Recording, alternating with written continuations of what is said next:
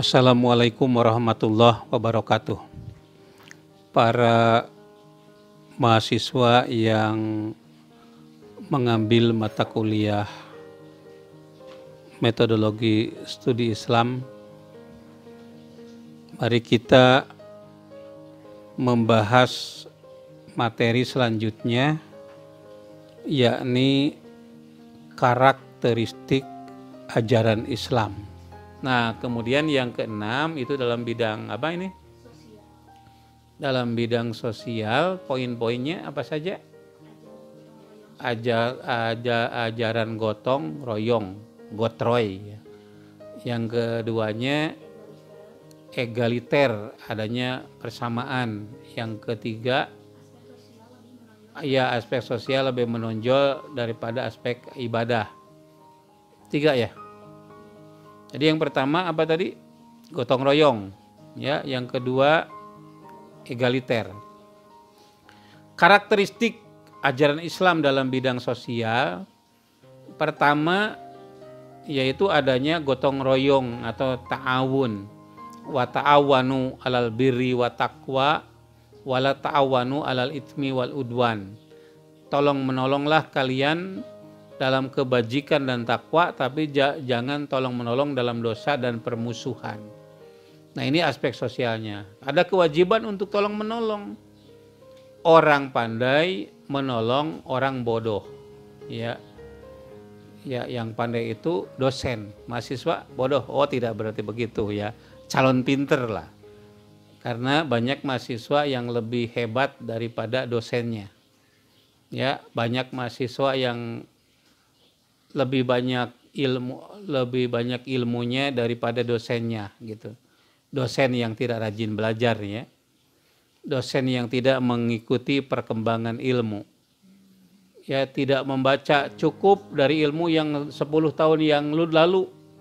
Tidak mengikuti perkembangan zaman gitu. Nah, dosen sebagai ilmuwan atau intelektual berkewajiban menyebarkan ilmu pengetahuan. Mahasiswa berkewajiban untuk menerima ilmu pengetahuan yang ditransformasikan oleh para dosennya. Orang-orang kaya membantu kepada orang miskin. Orang miskin membantu orang-orang kaya. Apa bantuan orang miskin terhadap orang kaya? Ya, pertama, memperpanjang nilai barang. Orang kaya punya baju 1 tahun, lalu dijual ke Cimol, Cibadak Mall ya, lalu dibeli oleh orang miskin gitu. Ya, ada nggak orang kaya yang mau beli baju bekas dari luar negeri atau dari kampung-kampung itu? Tidak ada. Yang membelinya siapa? Orang miskin. Berarti orang miskin membantu orang kaya memperpanjang nilai sebuah barang.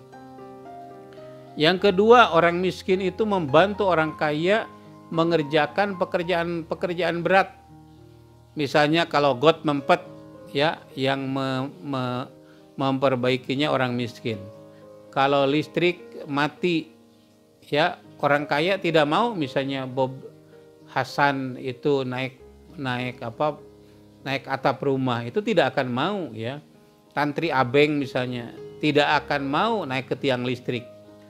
Ya, kalau telepon kita rusak, ya itu yang membantu membetulkannya itu orang miskin, naik ke tiang telepon. Ya, orang kayanya marah-marah, kok lama sekali. Lalu orang yang di tiang telepon itu bilang, "Deuleu kusia goblok." Ya, aing teh capek. Ya, seperti itulah kira-kira ya. Jadi orang miskin membantu itu. Kemudian membantu mahasiswa yang mohon maaf tidak ada pekerjaan setelah kuliah, itu orang miskin dijadikan objek ya, dibuatkan proposal untuk membantu orang-orang miskin. Kita lihat juga artis-artis itu kan, itu membantu orang miskin tapi melalui akun Kita Bisa gitu, membantu orang miskin, tapi mereka mendapatkan prosentase dari dana yang diperoleh. Ini juga membantu ya. Jadi orang miskin itu banyak bantuannya terhadap orang-orang kaya. Nah, itu saling menolong, itu artinya orang kaya membantu orang miskin juga gitu. Nah, karena tidak ada orang kaya kalau tidak ada orang miskin, dan tidak ada orang miskin kalau tidak ada orang kaya. Nah, tinggi bantuannya. Itulah tolong menolong. Nah, yang kedua, Islam itu mengajarkan egaliter. Islam tidak mengajarkan rasial. Kemuliaan seseorang tidak diukur dari suku bangsanya, Arab atau Ajam. Maka Nabi mengatakan la Arabiyun wala Ajamiyun. Tidak orang Arab, tidak orang Ajam. Ajam itu di luar Arab. Tidak berarti orang Arab lebih mulia daripada orang Ajam atau juga sebaliknya. Yang membedakan di antara mereka adalah ketakwaan. Itu cirinya, ciri ajaran Islam. Maka ajaran feodalisme itu tidak diajarkan, tidak relevan dengan ajaran Islam. Ajaran kapitalisme, ajaran komunisme tidak sesuai dengan ajaran Islam. Misalnya dalam kapitalisme terjadi pertentangan antar kelas, antara kaum buruh dengan kaum kapitalis pemilik modal. Yang harus dimenangkan oleh kapitalis yaitu orang kaya. Ya, jadi kaum miskin itu harus dilemahkan. Maka kaum miskin tidak berdaya menghadapi para pemilik modal. Nah, kalau komunisme itu pertentangan antar kelas yaitu borjuis dengan proletar. Yang harus dimenangkan adalah proletar, yaitu orang-orang miskin. Marhainis itu, atau kalau yang baru sekarang namanya marsinah, ya marsinahisme gitu, sebagai simbol orang miskin. Itu yang harus dimenangkan. Nah, Islam itu tidak begitu.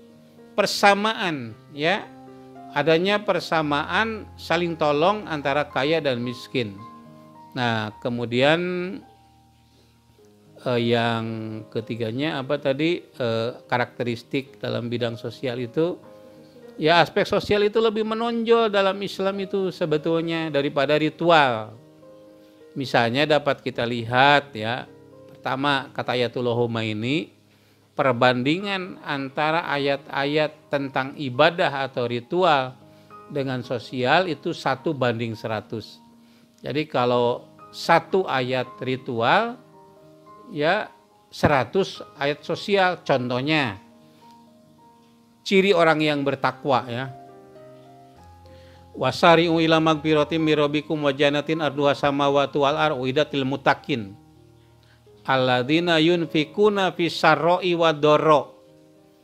Ya, ciri orang yang bertakwa itu berinfak dalam keadaan leluasa atau dalam keadaan sempit. Nah, infak itu aspek sosial, memberikan bantuannya. Wal kadhiminal ghaid, menahan marah, ini juga sosial. Wal afina aninas, memberikan maaf kepada manusia, ini juga sosial.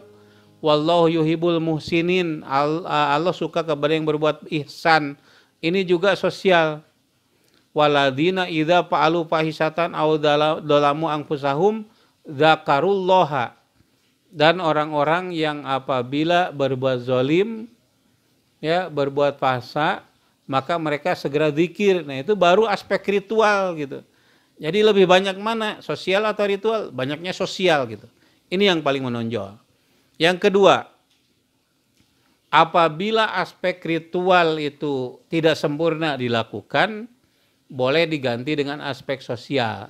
Misalnya, orang yang bersenggama di siang hari pada bulan Ramadan, maka diganti dengan memberi makan kepada 60 fakir miskin. Yaitu sosial kan. Jadi kalau ibadah sosial ritual tertinggal, maka bisa diganti dengan ibadah sosial gitu. Nah, kemudian ibadah ritual yang dilakukan bersama-sama lebih utama dibanding dengan sendiri-sendiri. Salat berjamaah misalnya, itu 27 derajat dibanding dengan sendiri gitu. Itu aspek ibadah secara sosial. Nah, dan lain sebagainya. Itu karakteristik ajaran Islam mengenai aspek sosial atau bidang sosial. Itu ke berapa barusan? Kelima. ke-6. Sekarang yang ke-7 ya. Masih banyak, ada 11 ini, baru 7 nih. Ya, dalam bidang kehidupan ekonomi. Nah, itu karakteristiknya apa saja itu? 1, seimbang antara urusan dunia dan akhirat. Ya, pandangan yang positif terhadap dunia. 2 saja. Ya, dalam bidang apa barusan? Kehidupan ekonomi ya. Islam itu mengajarkan keseimbangan antara kehidupan dunia dan akhirat. Ya, Al-Qasas ayat 77 bisa dilihat. Wabtagi fima atakallahu darul akhirata wala tansa nasibaka minad dunya. Carilah ya yang Allah berikan kepadamu dari akhirat, wala tansa nasibaka minad dunya. Jangan lupa dunia. Nah, di situ ada keseimbangan. Bukan hanya mengumpulkan kekayaan tanpa memperhatikan akhirat, atau juga sebaliknya hanya memperhatikan akhirat tanpa melihat dunia. Tidak baik orang yang hanya mementingkan dunia tanpa akhirat. Ngumpul-ngumpul harta saja, ti isuk jedur tepikeun ka sore jeder ya. Ya, suku dijieun hulu, hulu dijieun suku. Banting tulang, peras keringat, peras otak ya, untuk memperoleh dunia, kekayaan, tetapi tidak melihat akhirat. Ya. Kemudian juga hanya akhirat saja tanpa memperhatikan dunia. Tidak mau bekerja tapi cukup sholat puasa terus begitu ya, tanpa mencari harta. Itu juga tidak baik. Ya, itu hadis riwayat Ibnu Mubarak ya, menjelaskan semacam itu ya. Kemudian Islam itu mengajarkan positif terhadap dunia, tidak pesimis, optimis terhadap dunia ya, tidak pesimis, sehingga ada prinsip i'mal lidunyaka ka'annaka ta'ishu abadan wa'mal li akhiratika ka'annaka tamutu godan. Bekerjalah untuk duniamu, carilah harta yang sebanyak-banyaknya seolah kamu akan hidup selamanya, dan bekerjalah untuk akhiratmu seolah-olah kamu akan mati besok ya.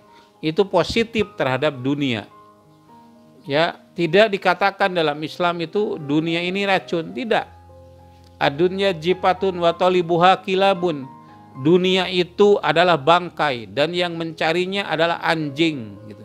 Jadi yang kerja di pasar, kerja di pabrik itu anjing. Nah, itu tidak benar. Itu adalah hadis palsu yang disebarkan pada masa kolonial Belanda agar umat Islam itu tidak bekerja mencari harta. Ya, leha-leha saja. Makanya Anda para mahasiswa bekerjalah dengan baik. Ya, untuk memperoleh harta. Gunakan harta yang kita peroleh itu untuk ibadah kepada Allah. Ya, bukankah kalau kita perlu pesantren, perlu lahan, perlu bangunan, dari mana itu? Ya, uangnya. Kalau kita berpangku tangan saja. Nah, atau misalnya kita sholat saja perlu sarung yang bagus ya. Ya, saya buat kuliah ini perlu jas gitu. Ya, dari mana kalau tidak punya duit untuk beli jas? Ya, kita diperintahkan untuk membeli. Yang tidak boleh itu adalah alhaakumut takatsur. Ya, berlomba memperoleh kekayaan membuat kamu lupa kepada Allah. Itu yang tidak boleh gitu. Ya, kalau sedang bekerja 10 menit atau 15 menit sebelum azan itu berhenti, kita berwudu, kita sholat, itu tidak apa-apa ya. Tapi kalau kita lupa sholat, lupa zikir, lupa baca Quran karena bekerja, nah itu yang tidak dibenarkan. Yaitu karakteristik ajaran Islam mengenai urusan ekonomi. Yang ketiganya itu bahwa Islam itu mengajarkan tidak boleh ada monopoli, oligopoli, monopsoni ya. Harta hanya beredar pada orang kaya saja. Ya, itu tidak benar. Watilkal ayyamu nudawiluha bainanas. Hari-hari itu berganti di antara manusia. Ya, untuk apa? Likaila, supaya tidak ada dulatun bainal agniya minkum. Ya, harta itu beredar pada orang kaya saja. Cobalah bergulir ya. Nah, dulu negara adidaya itu Soviet dan Amerika. Soviet tumbang, tinggal Amerika. Kemudian sekarang Cina. Amerika mungkin akan tumbang. Nah, kita tidak tahu. Atau Cina juga akan tumbang. Kita tidak tahu. Hari-hari itu berganti di antara manusia. Watilkal ayyamu nudawiluha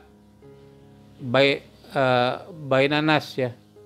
Ya, antara manusia itu nudawiluha ya saling berganti.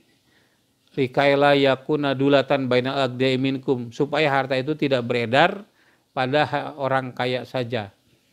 Ya, jangan sampai orang kaya semakin kaya, orang miskin semakin miskin. Cobalah berdoa orang miskin, iraha batur ciga urang ciga batur ya. Ini yang sering kita dengar ya. Kapan orang lain seperti kita, kita seperti mereka gitu. Nah, ini harus ada panggung masing-masing di dunia ini. Nah, sekarang bidang yang ke-8, karakteristik ajaran Islam dalam bidang kesehatan.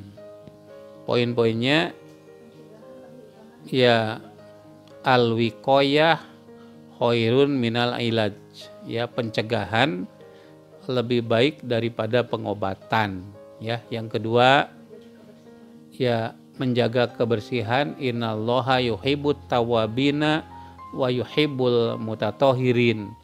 Allah mencintai taubat dan mencintai orang yang selalu bersih.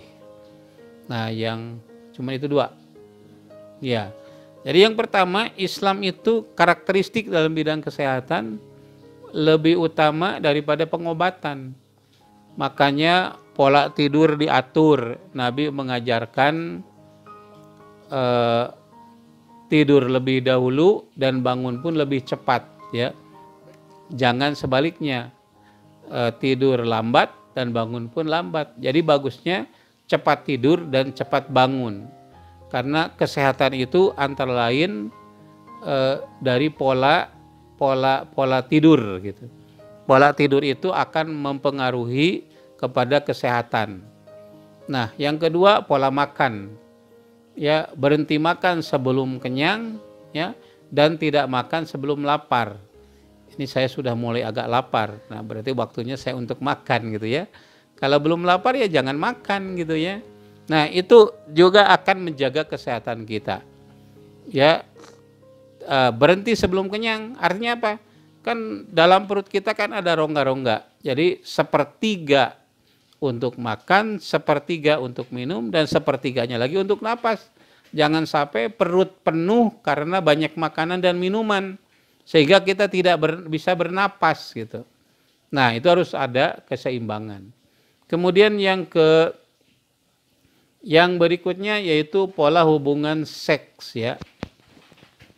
Ya, dalam melakukan hubungan seks dalam Islam itu kan itu terkait dengan masalah kesehatan ya. Itu harus ada keseimbangan. Kita belajar ilmu tentang seks ya. Seks itu artinya jenis kelamin ya. Hubungan seks artinya hubungan jenis kelamin. Kita ketahui dalam Al-Quran disebutkan laisa dzakar kal unsa. Laki-laki itu tidak sama dengan perempuan. Ya, kita pelajari pola-pola hubungan seks sesuai dengan ajaran Al-Quran. Ya, misalnya frekuensinya ya. Dalam 1 minggu ya tidak kurang dari 2 kali. Dalam 1 malam tidak lebih dari 2 kali misalnya. Itu untuk menjaga kesehatan. Bagi orang yang masih berumur ya misalnya 20 sampai 30 tahun. Ya, karena apa? Karena alat reproduksi kita memproduksi sel-sel atau hormon-hormon itu yang kemudian mendorong untuk melakukan hubungan seksual. Nah, kenapa misalnya Islam mengajarkan poligami? Karena penyaluran seks tidak melalui hubungan suami istri itu akan membekukan hati. Nah, poligami itu adalah solusi gitu. Ya, ini para mahasiswi marah ya atau ibu-ibu. Nah, kemudian pola istirahat, ya, pola kerja. Ya, Islam mengajarkan dalam ibadah itu misalnya tidak mengajarkan kerahiban. Itu terkait dengan masalah kesehatan. Dan kesehatan dalam Islam itu bukan hanya kesehatan fisik saja. Ya, tapi juga kesehatan mental. Innallaha yuhibbut tawwabina. Allah menyukai kepada yang taubat, menyadari akan kekeliruan, akan kesalahan, realistis dalam menilai diri. Itu kesehatan mental, ya. Dan Allah menyukai kepada kebersihan, itu fisik. Oleh karena itu wasiyabaka fatahhir, bajumu bersihkan. Kalau sudah bepergian, ya, apalagi musim virus corona ini, cepat baju itu simpan di tempat cucian, ya, supaya bersih, ya, pakaian kita dari tempelan-tempelan virus yang hidup 7 jam atau 9 jam di tempat baju kita gitu. Nah, saudara sekalian, nah itu dalam bidang kesehatan, ya. Islam sangat memperhatikan kesehatan kita. Islam mengajarkan pakai baju bersih, pakai celana bersih, tempat bersih, ya, piring yang kita gunakan bersih. Itu Islam mengajarkan begitu.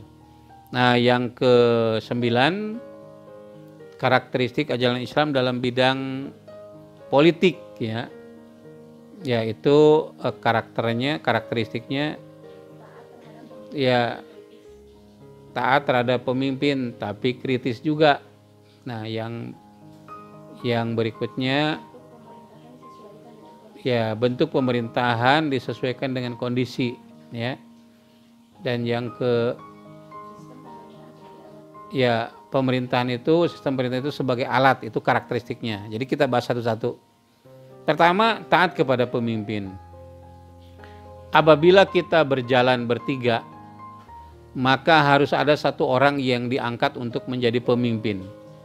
Karena kalau ada perselisihan, dia yang mengambil keputusan, gitu, bukan yang lain. Jadi pemimpin itu ya satu, ya, harus ditaati. Ju'ilal imamu liyutamma bihi. Dijadikan pemimpin itu untuk diikuti, jangan membangkang, kecuali kalau keputusan pemimpin itu tidak benar, membahayakan rakyat. Misalnya dalam kasus corona, malah negara itu membiayai besar untuk menggalakkan pariwisata. Sementara orang lain sudah, ya, lockdown, ya, karantina wilayah, ini malah membiayai influencer untuk berwisata gitu. Nah, ini harus diluruskan oleh para ilmuwan, oleh para ahli sebagai jamaah. Ya, kalau dalam sholat berjamaah kan ada, kalau imam salah itu kita baca subhanallah. Jangan dibiarkan ABS asal babes senang. Itu tidak seperti itu. Islam mengajarkan begitu. Kalau perempuan menegur imamnya yang salah, dengan tangannya ditepuk-tepukan, gitu, ya. Nah, itu contoh gitu. Jadi kalau pemimpin salah itu jangan dibiarkan. Ya, kewajiban rakyat itu adalah mengamankan kebijakan pimpinan dan agar pemimpin itu tidak berbuat salah. Ya. Dan yang kedua, karakteristik dari bidang politik itu bahwa sistem pemerintahan atau bentuk negara itu beragam. Tapi yang penting adalah menjamin ajaran agama terlaksana dengan baik dan menjamin kesejahteraan, ketertiban umum. Ya, misalnya Arab Saudi pakai kerajaan, silakan. Ya, Al-Mamlakah As-Saudi Al-Arabiyah, kerajaan Saudi Arabia, pakai kerajaan itu. Kemudian Iran itu pakai Republik Islam Iran. Ya. Jadi ada yang republik, ada kerajaan, ada parlementer, ya. Seperti yang terjadi di Malaysia, itu kepala negara, ya, itu adalah kepala pemerintahan itu adalah perdana menteri, ya. Nah, tetap Irak sekarang kan parlementer loh, perdana menteri, tidak lagi presiden, ya. Nah, jadi ada yang parlementer, ada yang presidensial, ada juga yang kerajaan. Nah, itu tidak apa-apa, silakan. Tetapi intinya adalah pemerintah itu bisa menjamin kesejahteraan rakyat, bisa menjamin ketertiban umum, bisa menjamin keamanan, dan ajaran agama bisa terlaksana dengan baik. Itu intinya, ya. Nah, yang ketiganya bahwa karakteristik dalam bidang politik yaitu ya pemerintahan itu sebagai alat saja. Alat, ya, bukan tujuan. Anda menjadi presiden bukan tujuan. Tujuannya adalah kesejahteraan rakyat, kebahagiaan untuk semua. Anda menjadi wakil rakyat, ya, baik di tingkat pusat ataupun daerah, menjadi gubernur dan bupati atau wali kota sampai kepada RT, itu alat saja. Oleh karena itu manfaatkan, ya, jabatan yang Anda punya untuk kesejahteraan rakyat, untuk menegakkan agama Allah atau li'ila'i kalimatillah. Mumpung tanda tangannya masih bermanfaat. Ya, tanda tangan presiden. Kalau Jokowi sudah tidak presiden lagi, tanda tangannya sudah tidak berguna lagi.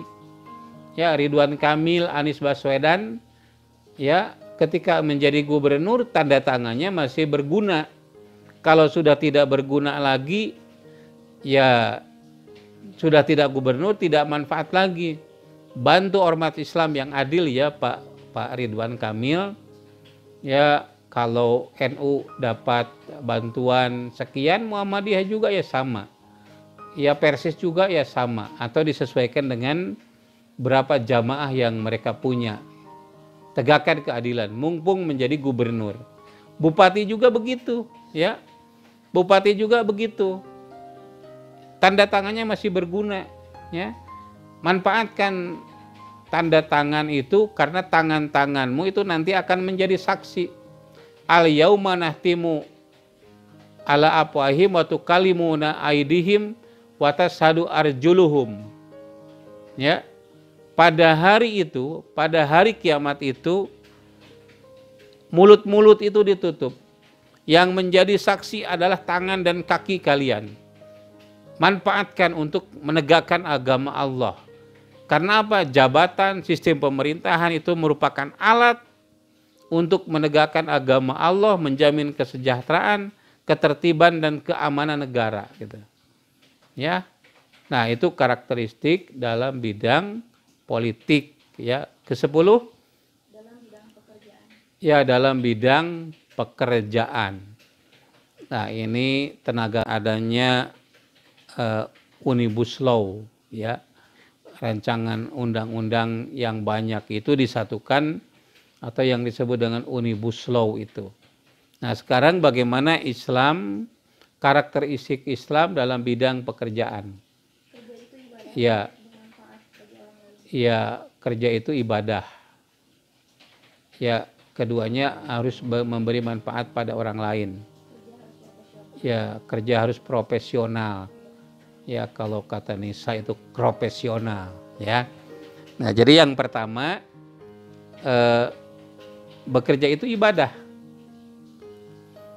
Jadi ibadah itu kan ada ibadah khusus seperti sholat, puasa, zakat, dan seterusnya. Tapi bekerja itu juga ibadah. Itu namanya ibadah umum. Niatkan pekerjaan kita itu ibadah. Pergi ke kantor, bismillahirrahmanirrahim. Menuliskan kwitansi, bismillahirrahmanirrahim. Mengangkat pena, bismillahirrahmanirrahim. Membaca buku, bismillahirrahmanirrahim. Ibadah. Yang kedua, harus bermanfaat. Apakah pekerjaan kita itu ada manfaat bagi diri, keluarga, dan juga masyarakat? Kalau tidak bermanfaat, jangan kerjakan. Sebaik-baik orang adalah yang memberi manfaat kepada orang lain. Ya, harus bermanfaat, harus berguna. Ya, kalau tidak berguna, untuk apa kita bekerja? Dan yang kedua, yang ketiga apa? Bekerja itu harus profesional. Jangan asal-asalan. Ida wusidal amru ila goiri ahlihi pantadiri sa'ah. Apabila suatu urusan diserahkan bukan kepada ahlinya, maka tunggu saat kehancurannya. Hancur itu.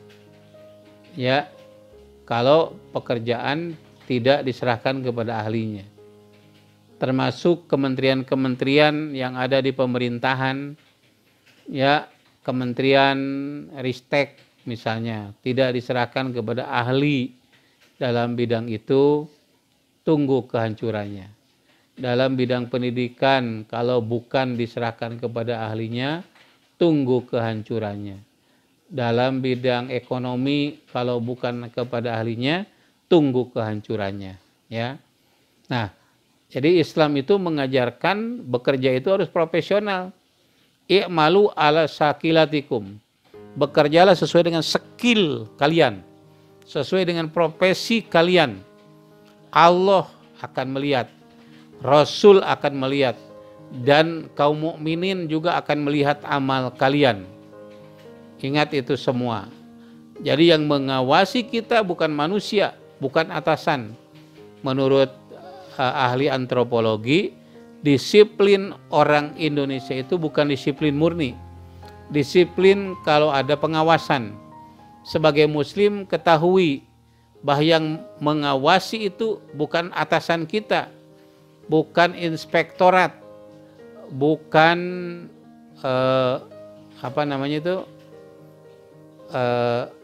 bukan inspektorat, bukan KPK, bukan BPK, tapi yang mengawasi kita Allah dan Rasulnya. Ini harus kita ketahui bersama.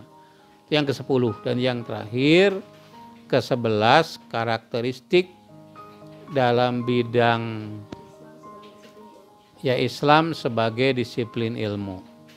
Nah, Islam itu sekarang bukan lagi hanya sekedar agama ya, tetapi Islam itu sudah merupakan disiplin ilmu. Nah, di perguruan tinggi agama Islam, disiplin ilmu itu kan banyak.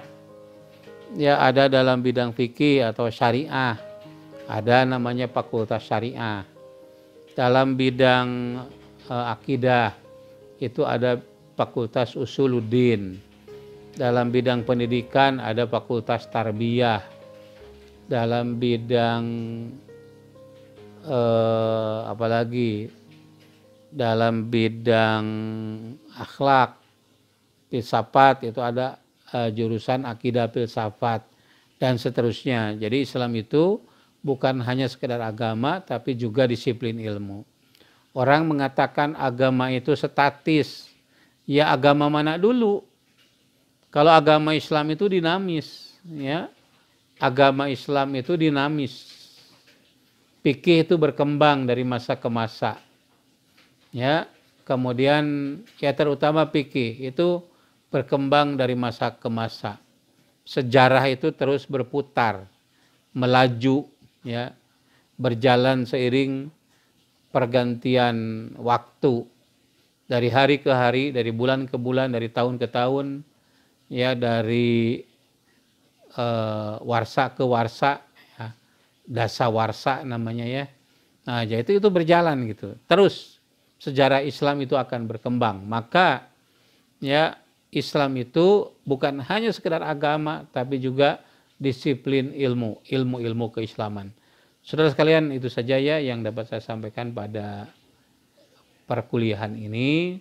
Silakan Anda lihat di deskripsi, tugasnya dikerjakan sesuai waktu ya. Nanti pada saat UTS dan UAS akan dikumpulkan. Terima kasih. Wassalamualaikum warahmatullahi wabarakatuh.